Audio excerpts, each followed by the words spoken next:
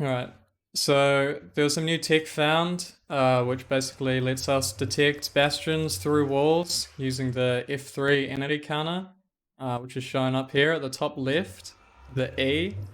The 16, 17 number that's being shown right now, that's the number of entities that are visible on my screen, like including through the walls. And then the 216, 215 there that keeps changing, that's the total amount of entities in the whole world. So we've found a way to use this to find bastions through walls, basically. So the way this works is there's around 70 hostile mobs that can be near you. That's the total mob cap, 70 hostile mobs. But bastion piglins are permanent. And since they're permanent, they don't contribute to the mob cap, because otherwise, if you were around a bastion, there'd be less mobs elsewhere. So basically, if you're near a bastion, technically there's going to be more hostile mobs than usual.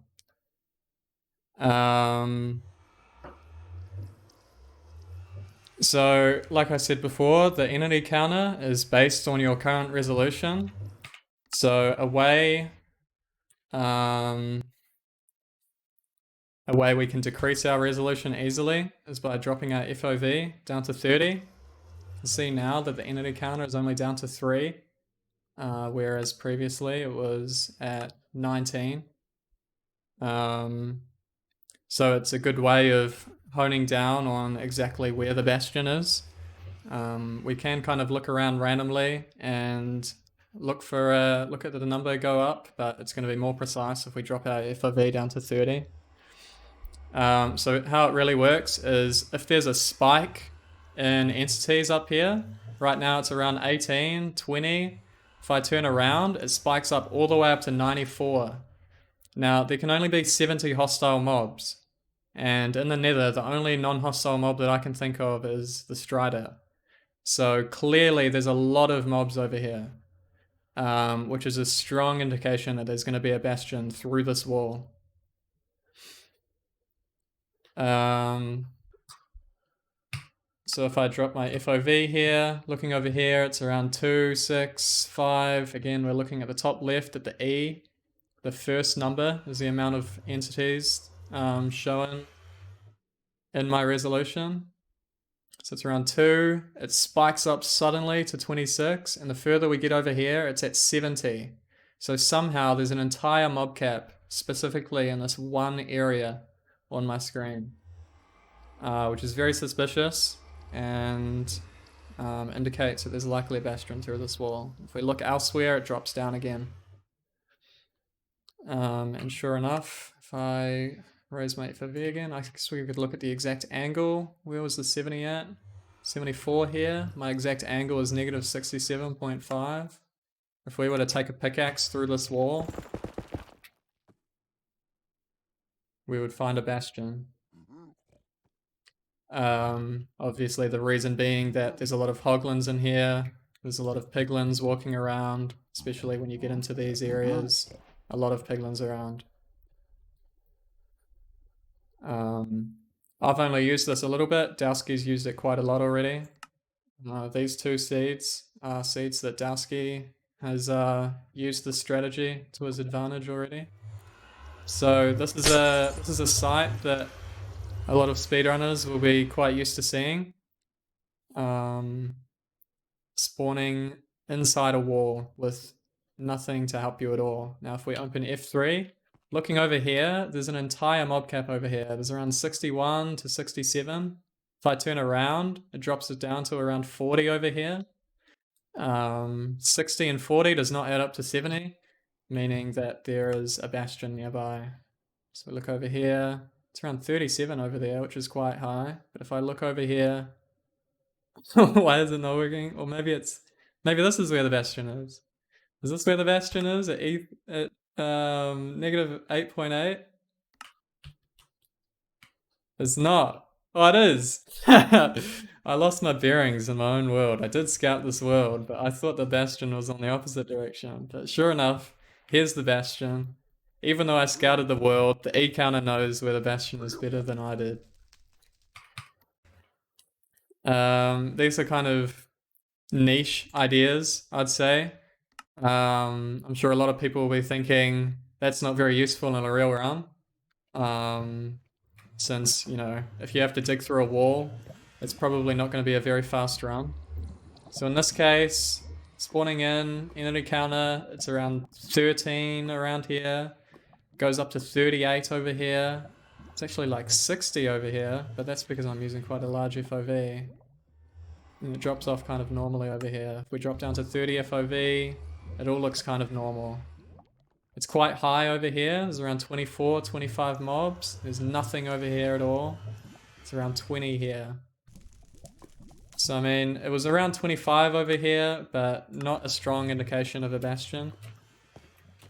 Clearly there's a lot of hoglins and piglins here, so it doesn't seem like there's a bastion over here.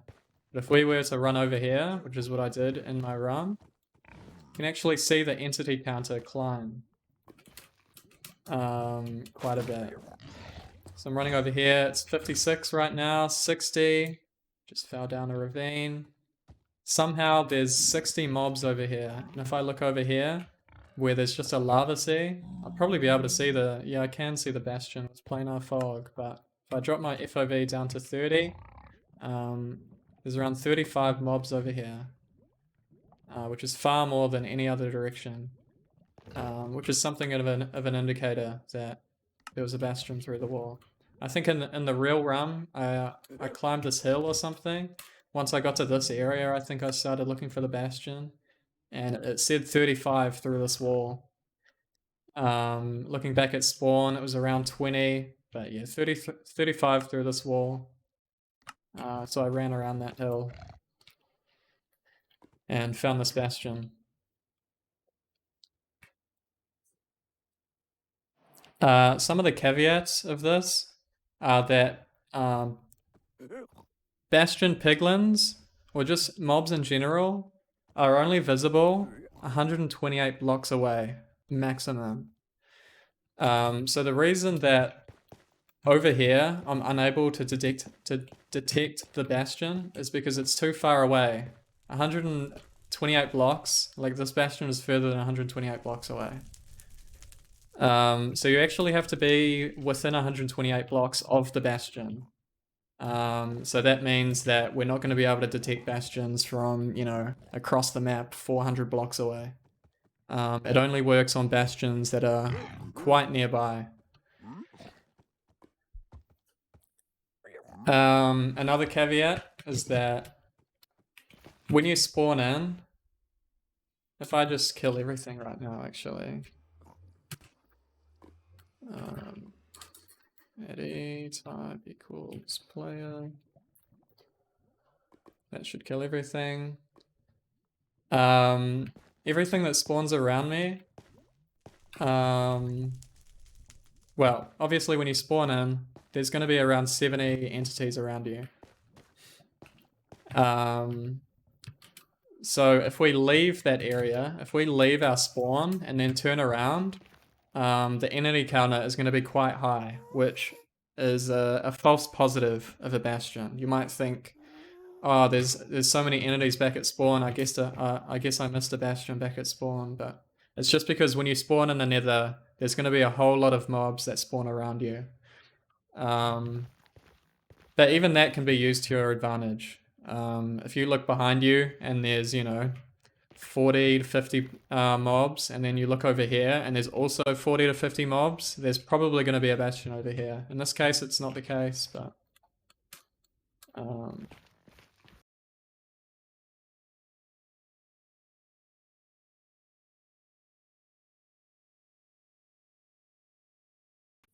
and another false positive that you'll get is that certain biomes and certain terrains will compress spawning in such a way that there'll be a lot of mobs in one small area.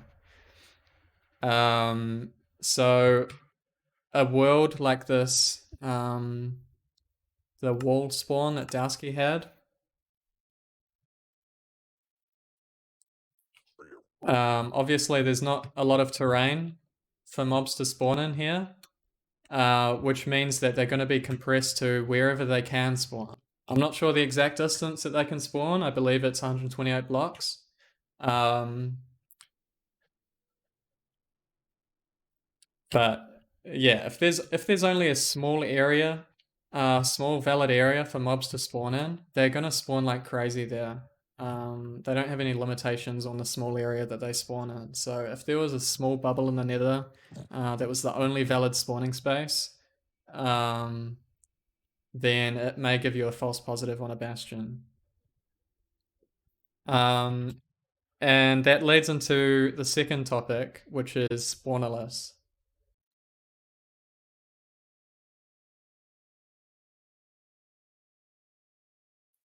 So spawnerless is a recent fortress strategy that utilizes so-called mob sinks in certain nether biomes, which basically means some biomes have adjusted spawn rates.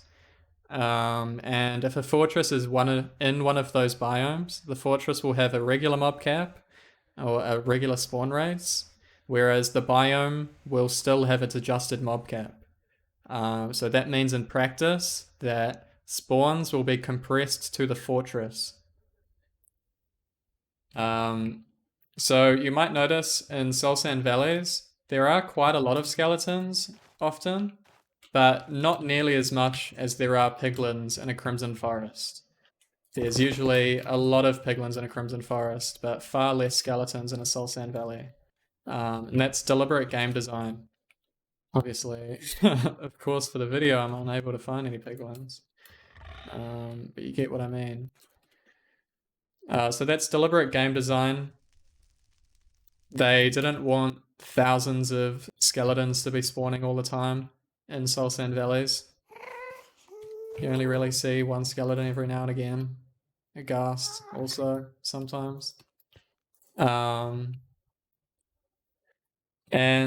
an unintended byproduct of their reduced spawn rates in Soul Sand Valleys is that if there's a neighboring biome, such as this Crimson Forest, if you happen to spawn here in the nether, there'd be a lot of piglins and that kind of thing on the very border of the Soul Sand Valley.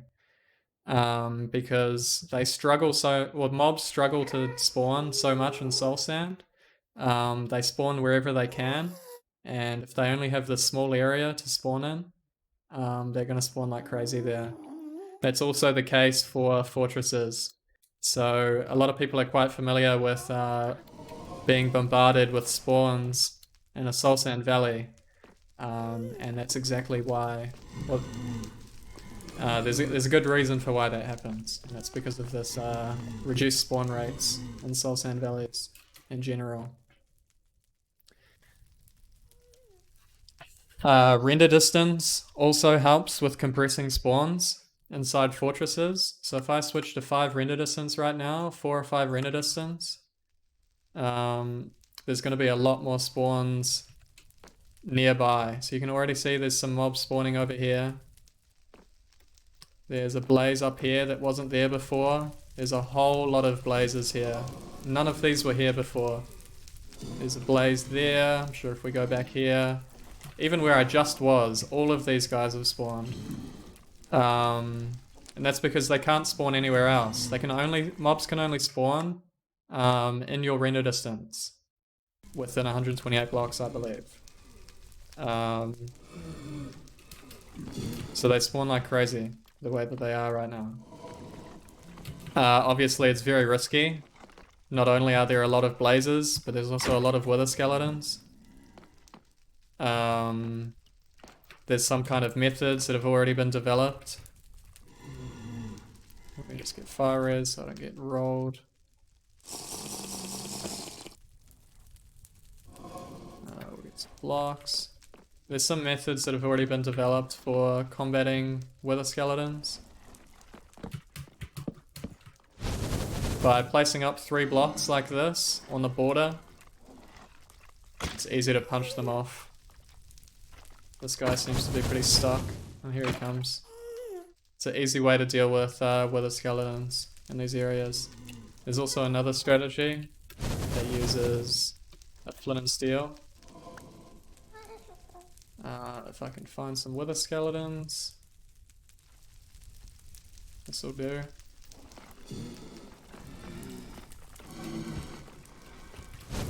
So wither skeletons, even though they don't take damage from fire, they still avoid it as best they can. So you'll see that they're walking on the edges right now. You don't need to spam it as much as I am, but for the sake of demonstration I did.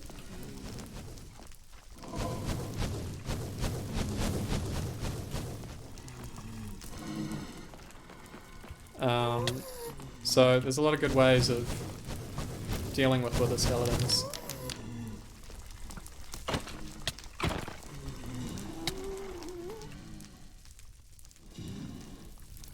Oftentimes you'll get so many blazes that you won't even need to use a spawner at all. Alright, so you're playing a game, you just got all your stuff, let's get in the nether.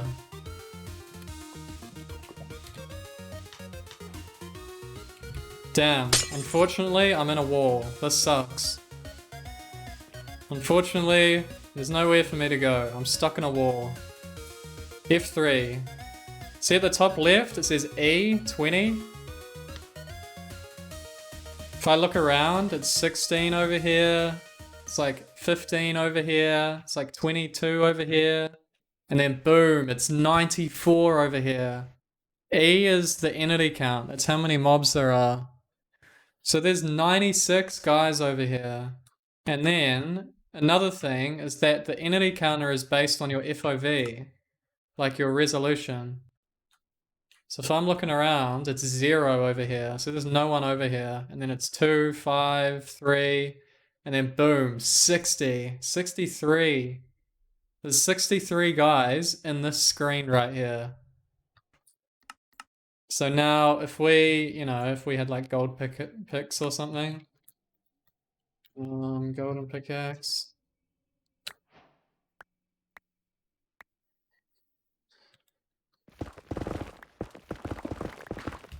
Oh.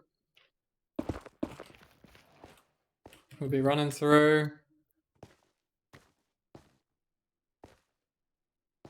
Let's not get killed by hoglins. Bastion. Found a bastion through the wall.